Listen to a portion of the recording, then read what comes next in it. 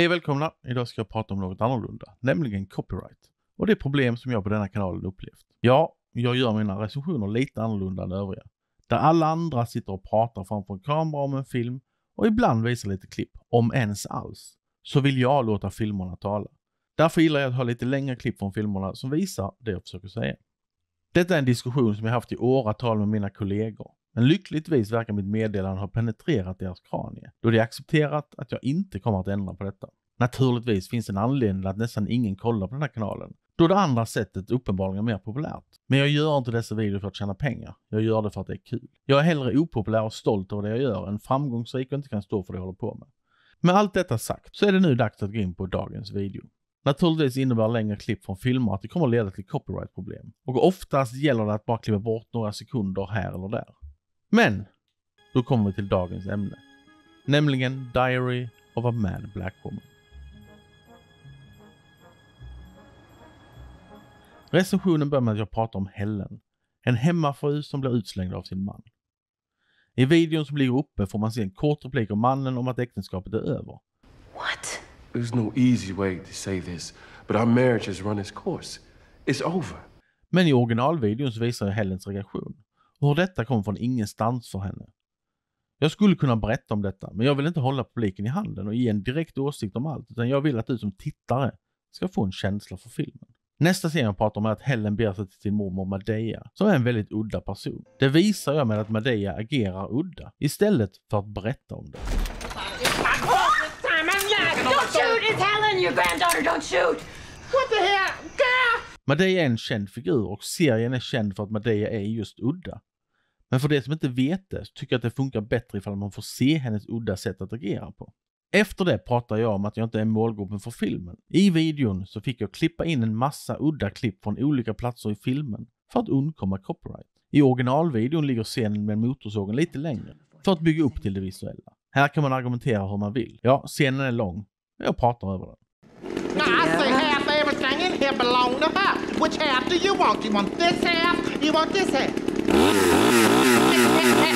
Härnäst nämner jag att vissa berättat att filmerna inte är komedier i grunden. Och jag visar en scen där Helen visar upp känslor. Som man nu har när man blir dumpad efter 18 års äktenskap. Istället har jag fått klippa in random scener som inte berättar någonting. För att sen gå över till att visa det jag pratar om. Hur filmen är illa skriven med mera. Där visar jag ett 25 sekunder långt klipp om hur tafatt filmen i mitt tycke är. Istället fick jag klippa ner till 8 sekunder.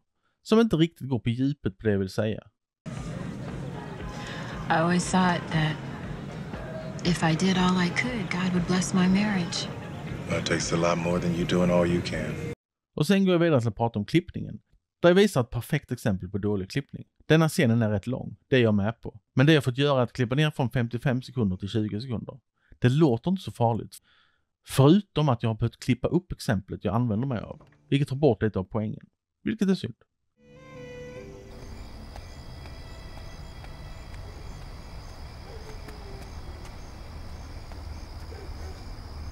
Istället har jag fått ersätta exemplet med text. Och texter gör ju såklart allting bättre.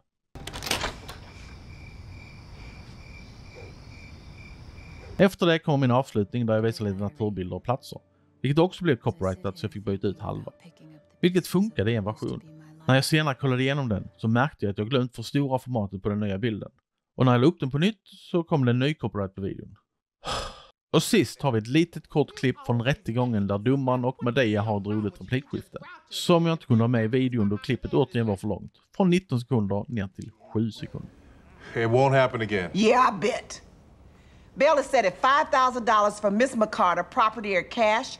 Jag förstår att filmbolag försöker skydda sina rättigheter. Men jag recenserar så ofta inte nya. Utan det handlar väldigt ofta om antingen rätt gamla eller väldigt okända filmer. Alltså tycker man att den lilla uppmärksamheten jag drar till dem bara vore positivt. Det kan ju ha att göra med att vi inte har någon publik dock. I en vanlig video som går igenom copyright-problem behöver vi göra ändringar 1 till 3 gånger. Ibland någon mer, oftast är det en eller ingen som gäller. I detta fallet behövde jag ladda upp 36 versioner innan den gick igenom. Min originalvideo var 5 minuter och 20 sekunder lång. Varav 11 sekunder gick till introt och 15 sekunder till outrot. Detta är 4 minuter och 54 sekunder med klipp från filmen. En film som är cirka 2 timmar lång. Den färdiga versionen är 3 minuter och 2 sekunder. Med samma längd på intro och outro ger den sammanlagd mängd klipp från filmen på 2 minuter och 36 sekunder. Alltså har nästan hälften av originalvideon behövt klippas bort. Vilket jag tycker är lite intressant. Jag har alltid behövt göra den här typen av ändringar, men inte i den här utsträckningen. Jag förstår att YouTubes copyright-system helt och hållet är baserat på en algoritm. Men det verkar som att den blir mer och mer obegriplig i sitt agerande. YouTube har heller inga tydliga riktlinjer för hur jag ska gå tillväga med min typ av videos. Och det kommer nu heller aldrig hända. Det intressanta var att förra året var det mycket lättare och allt gick igenom direkt utan större problem. Så vad har ändrats? Och varför?